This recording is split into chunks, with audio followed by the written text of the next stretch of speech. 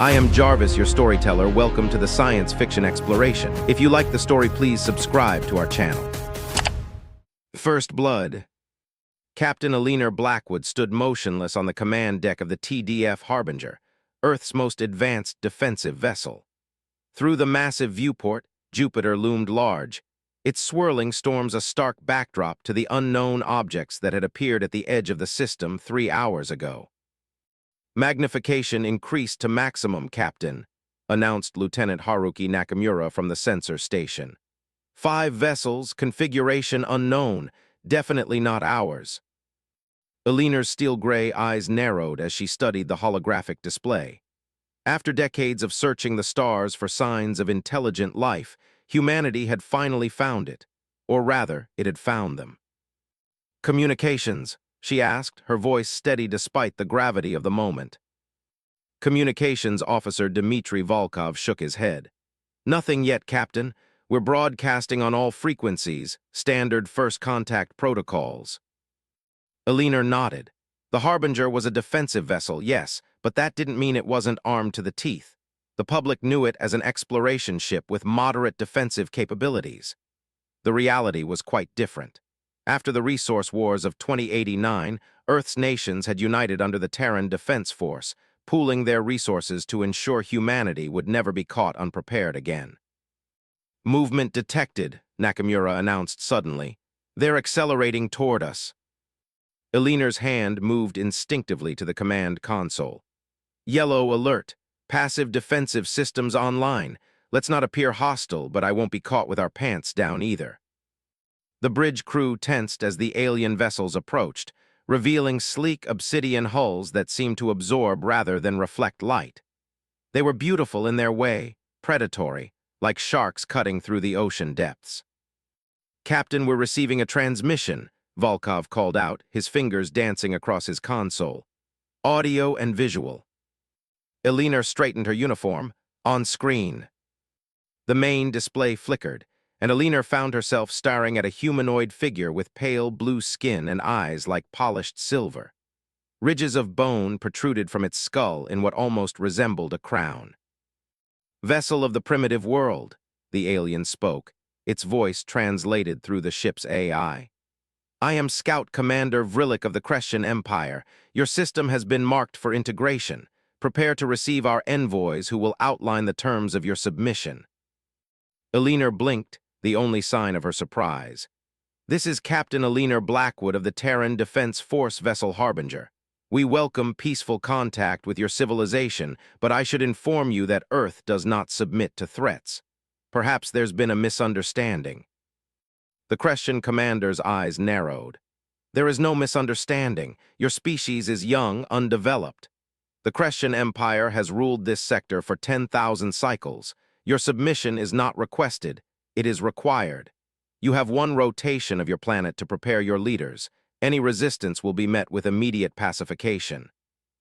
The transmission cut abruptly, leaving Eleanor staring at the empty screen.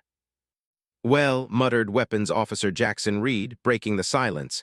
That went well. Eleanor's mind raced. This was well beyond her authority, but she also knew that if these aliens were hostile, the Harbinger might be Earth's only chance. Open a secure channel to TDF Command, she ordered, and bring our real defensive systems online quietly. Within minutes, Eleanor was facing Admiral Victor Voss, the grizzled head of the TDF. His weathered face showed none of the shock she had expected. You've confirmed they're hostile, he asked without preamble. They've demanded our submission, sir. 1 Earth day to comply. Voss nodded slowly. Then we strike first. Eleanor blinked, sir. Captain, we've been preparing for this possibility since the discovery of the Mars artifacts in 2076. Those ruins told us we weren't alone, and they also suggested not all our neighbors would be friendly. Voss leaned forward. You're about to receive a data package. Deploy the Artemis Protocol. Eleanor felt a chill. The Artemis Protocol was a theoretical battle plan, something weapons officers discussed over drinks as a thought experiment. It wasn't meant to be real. Admiral Artemis is untested against. It's tested enough, Voss cut her off. These Crescent expect us to be primitive, scared, and predictable. Let's show them humanity's greatest strength. We're none of those things. You have your orders, Captain. The transmission ended, and seconds later, the secure data package arrived. Alina scanned it quickly, then looked up at her expectant bridge crew. "Ladies and gentlemen," she said quietly, "we're about to make history. Mr. Reed, arm all Chimera missiles. Lieutenant Nakamura, I need precise positioning of all 5 Crescent vessels. Commander Wei, plot an intercept course that keeps Jupiter between us and them until the last possible moment." The bridge erupted into controlled chaos as officers rushed to comply. The Chimera missiles were the TDF's most closely guarded secret, quantum-locked warheads that could phase through conventional shields by existing in multiple states simultaneously. "All Crescent vessels maintaining position, Captain," reported Nakamura. "They appear to be waiting." "They think we're preparing to surrender," Alina said grimly. "Typical Empire mentality. They've conquered so many worlds that they've forgotten what it's like to face an unknown." The Harbinger accelerated silently, using Jupiter's massive bulk to mask their approach. The Crescent ships floated serenely, unaware of what was coming. "Weapons range in 30 seconds, Reed announced, his voice tight. Alina felt the weight of history on her shoulders. This would be humanity's first interstellar combat, the moment that would define their species to the galaxy. "Target the lead vessel and 1 support ship," she ordered. "Let's see how they respond to losing 40% of their force in the first strike." "Targets locked," Reed confirmed. "Chimera missiles armed and ready." Alina took a deep breath. "Fire." The Harbinger shuddered slightly as 6 Chimera missiles streaked away, their quantum drives leaving no visible trail. On the screen, the Crescent ships remained motionless, oblivious to the approaching death. The bridge crew watched in tense silence. Then, without warning, the lead Crescent vessel erupted in a blinding explosion, its hull splitting apart like a cracked egg. Seconds later, a second ship suffered the same fate, breaking into spinning fragments. "Direct hits," Reed exclaimed. "Both targets neutralized." "Bring us around," Alina ordered, her voice cold. "Target the remaining vessels. Fire when ready." The Harbinger emerged from behind Jupiter's shadow, its weapons arrays fully visible now. The 3 remaining Crescent ships reacted instantly, breaking formation and accelerating away. "They're powering weapons," Nakamura warned. "Evasive pattern Delta," Alina commanded. "Mr. Reed, deploy countermeasures."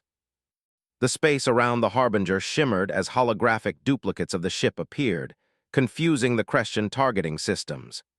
Energy beams lanced out from the alien vessels, passing harmlessly through the decoys. "Return fire," Alina ordered. "All batteries." The Harbinger's pulse cannons roared to life, sending streams of superheated plasma toward the scattered Crescent ships. The aliens' shields flared purple under the assault, holding briefly before collapsing. 1 Crescent vessel exploded instantly. Another spun away, venting atmosphere. The third managed to return fire, landing a glancing blow on the Harbinger's port side. "Minor damage to decks 12 through 15, reported Damage Control Officer Farida Hassan. "Automated systems responding, no casualties." Alina nodded grimly. "Target that last functional ship. I want it disabled, not destroyed. We need prisoners." The Harbinger's targeting systems locked onto the fleeing vessel. A precisely calibrated burst of energy struck its engines, leaving it drifting helplessly. "Target neutralized," Reed announced. 4 enemy ships destroyed or disabled, 1 escaped. Alina allowed herself a small smile. "Nicely done, everyone. Commander Wei, bring us alongside that disabled vessel. Lieutenant Hassan, prepare boarding teams, full combat protocols." As the crew hurried to comply, Alina opened a channel to Earth. "Admiral Voss, this is Captain Blackwood. The Artemis Protocol was successful. 4 enemy vessels neutralized, 1 escaped. We're preparing to board and capture the Crescent commander." Voss's face appeared on screen, for once showing genuine surprise. "Already? Damn, Blackwood, that was quick work." "They weren't expecting resistance, sir. Their shields were calibrated for meteoroids, not military-grade weapons. The chimeras went through them like they weren't even there. Voss nodded, his expression turning grim. The escaped ship jumped to faster than light as soon as it cleared Jupiter's gravity well. They'll report back to their empire. Then we don't have much time, Voss said. Get what intelligence you can from that ship and its crew. I'm mobilizing the entire TDF fleet. If these Crescian want to fight, we'll give them more than they bargained for. Hours later, Aliner stood in the Harbinger's brig, facing the captured Crescian commander. Scout Commander Vrillik looked significantly less imposing now, his silver eyes wide with disbelief. Impossible, he muttered for the third time. Your species is pre-spacefaring. Our intelligence indicated primitive technology, basic orbital capabilities only. Aliner smiled coldly. Your intelligence was wrong. We've been preparing for threats like you for decades. The Empire will not tolerate this, Vrillik hissed. When the High Marshal learns of your resistance, he will send the subjugation fleet. Thousands of vessels, planet killers among them, your world will be reduced to ash. Instead of the fear he clearly expected, Aliner leaned forward with interest. High Marshal, tell me more about this military leader, and while you're at it, explain these planet killers. Vrillik's expression shifted as he realized his mistake. I will tell you nothing more human. Aliner shrugged. You already have, and your ship's database has been quite informative as well. This was a bluff. They were still working on breaking the alien encryption, but Vrillik didn't know that. His silver eyes widened further. You cannot access. We already have, Aliner lied smoothly. Your empire has made a critical error, Commander. You judged us by our public face, our civilian technology. You never bothered to look deeper. She stood and walked to the door. Humanity has been fighting itself for thousands of years. We've perfected the art of warfare against ourselves. Just imagine what we can do against an external threat. Your empire has just awakened a sleeping giant. As Aliner left the brig, her communications device chimed. It was Admiral Voss. Captain, we've decrypted part of their star charts, he said without preamble. The Crescian Empire spans 57 star systems. It's at war with 2 other major powers. That's why they want Earth as a resource world to fuel their war machine. Aliner felt a cold rage building inside her. Then they picked the wrong planet to conquer. Indeed, Voss agreed. The President has authorized full military response. All TDF Black projects are now active. He paused. I'm promoting you to Commodore. The Harbinger will lead our first strike force. Aliner blinked in surprise. Sir, you've already proven you can beat them, Blackwood, and we need to hit back before they recover from the shock. Report to Earth for briefing immediately. As the communication ended, Aliner stared out at the stars through a nearby viewport.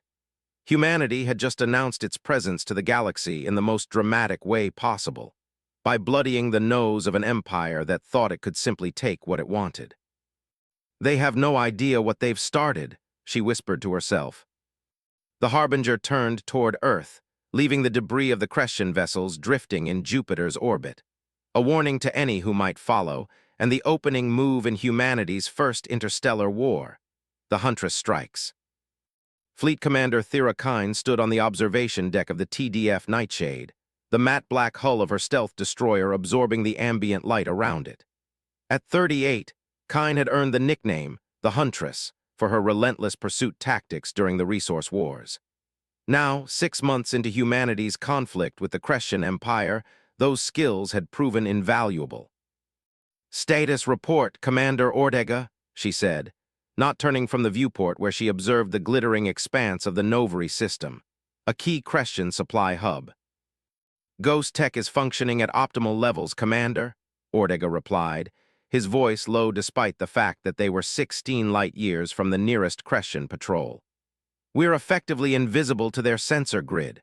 The rest of Ghost Squadron is in position, awaiting your signal. Kine nodded, finally turning to face her executive officer.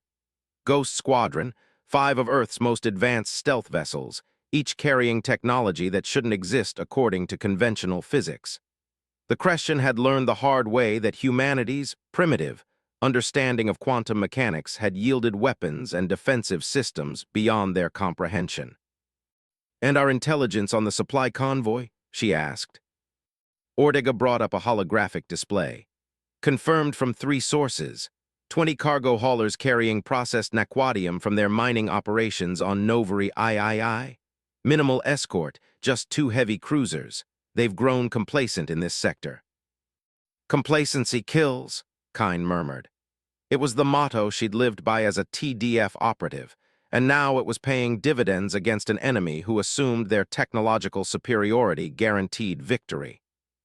The initial Christian response to the Jupiter incident, as it was now called, had been exactly what Captain, now Commodore, Blackwood had predicted. They'd sent a punitive fleet to the Sol system, expecting Earth to capitulate at the first sign of their overwhelming force. Instead, they'd encountered a fully mobilized TDF fleet armed with weapons they couldn't detect until it was too late. The Empire had lost 16 capital ships in that engagement, a shocking blow to their military prestige. "Time to convoy arrival?" Kine asked. 37 minutes, Ortega replied. "Admiral Voss sends his regards by the way. Message came through the quantum relay before we went dark." Kine raised an eyebrow. "Oh." His exact words were "happy hunting, make it hurt." A predatory smile spread across Kine's face. "Well, we wouldn't want to disappoint the Admiral." The bridge of the Nightshade was unlike any conventional military vessel. Instead of the bright lighting and multiple stations of ships like the Harbinger, it was dimly lit, with most systems operated via neural interface. The crew of 30 worked in near silence, their actions coordinated through the ship's AI, Leto. "Leto, final tactical assessment," Kine ordered. The AI's voice was a soft contralto, designed to be heard clearly without breaking concentration. "Tactical simulation complete. Recommended approach. Target lead cruiser's propulsion systems first, followed by communications array. Secondary vessels should focus on disabling cargo haulers 11 through 20, which our intelligence suggests contain the highest concentration of refined materials."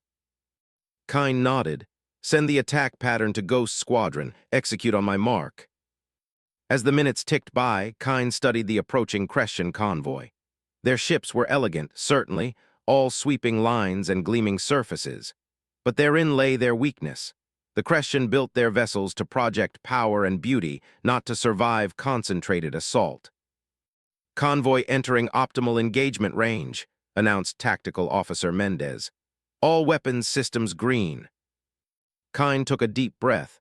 "Ghost Squadron, this is Nightshade Actual. Execute attack pattern Sigma 3, weapons free." The response was immediate. 5 TDF vessels, previously undetectable against the backdrop of space, suddenly powered up their weapons systems. The Nightshade led the charge, its quantum disruptors targeting the lead Christian cruiser's engines. The energy beams passed through the alien vessel's shields as if they weren't there, because in the quantum state the weapons occupied, they effectively weren't. The cruiser's engines exploded in a brilliant cascade of blue-white energy, sending the massive ship into an uncontrolled spin. "Target neutralized," reported Mendez, "moving to secondary targets." The rest of Ghost Squadron struck with surgical precision. The second cruiser managed to fire off a single salvo before its weapons systems were disabled by the TDF Phantom. The cargo haulers, slow and ungainly, tried to scatter, but it was already too late. "Boarding teams ready," Ortega announced. "Targets 11 through 20 marked and prepped for insertion." Kine nodded. "Execute boarding operations. I want those ships secured and their cargo captured intact." TDF Marines in powered combat armor launched from the Ghost Squadron vessels, using short-range teleportation devices. Another, impossible technology humanity had developed to bypass the hauler's external defenses. Within minutes, reports of successful captures began flooding in. 17 haulers secured, Ortega reported, unable to keep the satisfaction from his voice. "Minimal resistance. 3 self-destructed, but we anticipated that. Hauler 20 is." He was cut off by a blinding flash from the viewport. Where the 20th cargo hauler had been, There was now only expanding debris. "What happened?" Kine demanded. "Unknown energy signature," Leto replied. "Analyzing. Warning, 3 vessels dropping out of FTL. Configuration matches Christian battlecruisers." Kine's blood ran cold. Battlecruisers weren't part of standard convoy protection. This was a trap. "All ships defensive pattern Delta," she ordered. "Recall boarding teams, prepare for emergency jump." The largest of the newly arrived Christian vessels opened fire, its energy weapons leaving trails of crimson light as they sought the TDF ships. 2 shots struck the TDF Wraith, overwhelming its defenses and shearing off its port side. "Wraith is hit," shouted Mendez. "They've lost power to 70% of their systems." Kine's mind raced. They couldn't leave the Wraith behind, but staying to fight 3 battlecruisers was suicide. "Nightshade to Wraith, prepare for emergency tow," she decided. "Phantom and Spectre provide covering fire. Shadow, secure those haulers and get them out of here." As the Nightshade swung around to assist the damaged Wraith, Kine got her first clear look at the lead Christian battlecruiser. Unlike the standard vessels they'd encountered before, this one was scarred, its one-elegant hull modified with additional weapons arrays and reinforced armor. "Leto, analyze that lead ship," she ordered. "Analysis complete," the AI responded a moment later. "Vessel identified as the Dominance, flagship of High Marshal Zorax, military commander of the Christian Empire's 3rd Fleet. Modifications suggest extensive combat experience." Kine felt a chill run down her spine. High Marshal Zorax, the same military leader that Vrillik had threatened Earth with months ago. The highest-ranking Christian military officer in this sector had personally set a trap for them. The Nightshade shuddered as Christian weapons fire glanced off its shields. The ghost tech was less effective once they'd revealed themselves, and the battlecruisers were saturating the area with weapons fire. "Tractor beam locked on Wraith," Ortega reported, "pulling them in now." "Commander," Leto interrupted, "I'm detecting a directed communication from the Dominance. It's targeted specifically at this vessel." Kine hesitated. Opening communications during battle was risky, but intelligence on a high-ranking enemy commander could be invaluable. "Put it through audio only," she decided. A deep guttural voice filled the bridge. "To the commander of the human vessels, I am High Marshal Zorax of the glorious Christian Empire. Your primitive ambush tactics end today. Surrender now, and I will grant your crews a merciful death." Kine's eyes narrowed. "This is Fleet Commander Thera Kine of the Terran Defense Force. We don't surrender, and we're not interested in your mercy, Marshal." There was a pause, then what sounded like laughter. "Ah, the infamous Huntress. Your reputation precedes you. Your species has been unexpectedly troublesome. But this little raid will be your last. My battlecruisers outclass your vessels in every measure." Kine glanced at her tactical display. The Wraith was almost secured, and the Shadow had already jumped to safety with 11 captured haulers. They just needed a few more minutes. "If we're so outclassed," she replied, keeping Zorax talking, "why bring 3 battlecruisers to protect a simple supply convoy? Seems like overkill unless you're afraid of us." The Marshal's voice hardened. "Afraid? We have conquered 1,000 worlds more advanced than yours. Your species is nothing more than an irritating insect that needs to be swatted." "And yet," Kine countered, "here you are personally. The great High Marshal Zorax, reduced to convoy protection duty because humans keep taking your toys." A snarl came through the speakers. "Enough, your insolence ends today." The Dominance surged forward, its weapons charging for a massive salvo aimed directly at the Nightshade. "Cut transmission," Kine ordered calmly. "Leto, analysis of the Dominance's attack pattern." "They've diverted power from their aft shields to weapons systems," the AI reported. "A significant vulnerability has opened in their rear quadrant." Kine smiled. "Just as I thought, anger makes you sloppy even across species. Tactical target that vulnerability, all power to forward shields." The Nightshade braced as the Dominance fired, the massive energy burst slamming into its reinforced shields. The lights flickered, and several consoles sparked. Shields holding at 40%, Mendez reported. Returning fire. The Nightshade's quantum disruptors lashed out, striking the dominance precisely where Leto had identified the weakness. The battlecruiser's aft section erupted in a series of explosions, its engines sputtering and dying. Direct hit, Mendez exclaimed. They've lost propulsion and their primary power grid is fluctuating. Wraith secured, Ortega added. Phantom and Spectre report ready for jump. Kine nodded. Set course for Rendezvous Point Alpha, let's get out of here. As the TDF vessels prepared to jump, Kine took one last look at the damaged dominance. It wasn't destroyed, but it was crippled. A symbolic victory against the Crescian's military leadership. Wait, she ordered suddenly. Before we go, send a message to the dominance, text only. Channel open, Communications Officer Park confirmed. Kine dictated her message. High Marshal Zorax, consider this a formal introduction from Earth. We look forward to our next meeting. Until then, remember this, humans don't play by your rules, we make our own. Signed, the Huntress. With that final taunt delivered, the Nightshade and its companions vanished into FTL, leaving behind damaged Crescian vessels and captured resources worth billions. 3 days later, Kine stood before Admiral Voss and the TDF High Command in the underground war room beneath Geneva. The mission debriefing had been grueling, but the results spoke for themselves. 17 Crescian haulers captured, containing enough refined naquadium to power our fleet for a year, Voss summarized, looking at the holographic display. 1 TDF vessel damaged but repairable, and most importantly, you've bloodied the nose of High Marshal Zorax himself. He looked up at Kine with something approaching respect. Impressive work, Commander. Thank you, sir, Kine straightened.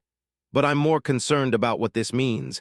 Zorax set a trap for us. They're adapting to our tactics. Voss nodded grimly. That was inevitable. The element of surprise can only last so long, but you've given us something perhaps more valuable than the captured resources. He gestured to a data analyst who stepped forward. Commander, your encounter with the dominance yielded critical intelligence, the analyst explained. When your weapons struck their aft section, our sensors detected a unique energy fluctuation in their shield matrix. We believe this indicates a fundamental vulnerability in Crescian shield technology, one that's consistent across their entire fleet. Kine's eyes widened, a systemic weakness. Indeed, Voss confirmed. Their shields operate on a frequency modulation that our quantum physicists say can be completely negated with the right approach. We're already modifying our weapons accordingly. For the first time since the war began, Kine allowed herself to feel genuine hope. The Crescian Empire was vast and powerful, but they had grown arrogant over millennia of easy conquests.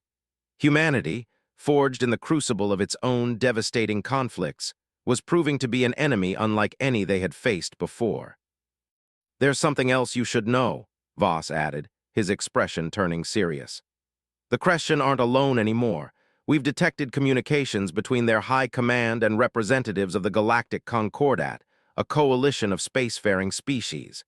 The Crescian are calling for assistance, painting us as a dangerous, aggressive species that needs to be contained. Kine frowned. Are they likely to get support? That's the interesting part, Voss replied with a slight smile. Not all members of the Concordat are eager to help the Crescian. Some have expressed curiosity about the species that managed to humiliate an empire that's been bullying the sector for centuries. We've received a covert communication from representatives of the Athraxian Republic. They're interested in opening diplomatic channels. Potential allies? Kine asked, surprised. Potential everything, Voss confirmed. Trade, technology exchange, mutual defense. The galaxy is watching Earth now, Commander. Your actions and those of officers like Blackwood have put humanity on the map in a way no one expected. As the meeting concluded, Kine found herself standing at the massive window overlooking the Geneva spaceport, where dozens of TDF vessels were being fitted with new weapons and defenses based on captured Crescian technology. 6 months ago, humanity had been alone, preparing for a threat they couldn't name. Now they were fighting an interstellar war and winning. Her neural implant chimed softly. It was a message from Commodore Blackwood, currently leading Earth's defenses. Zorax is mobilizing the rest of the Third Fleet, the message read. Intelligence suggests they're planning a major offensive. The Huntress is needed for the hunt. How soon can you be ready? Kyne smiled as she composed her reply. The Nightshade is always ready. This time, let's bring the fight to them. As she watched a newly commissioned TDF warship rising into the clear blue sky, Kyne felt a fierce pride. The Christian Empire had awakened Terra, expecting an easy conquest. Instead, they had found a species unlike any other in the galaxy, adaptive, resourceful, and utterly unwilling to submit. The real war was just beginning, and humanity was no longer the prey. They were the hunters now.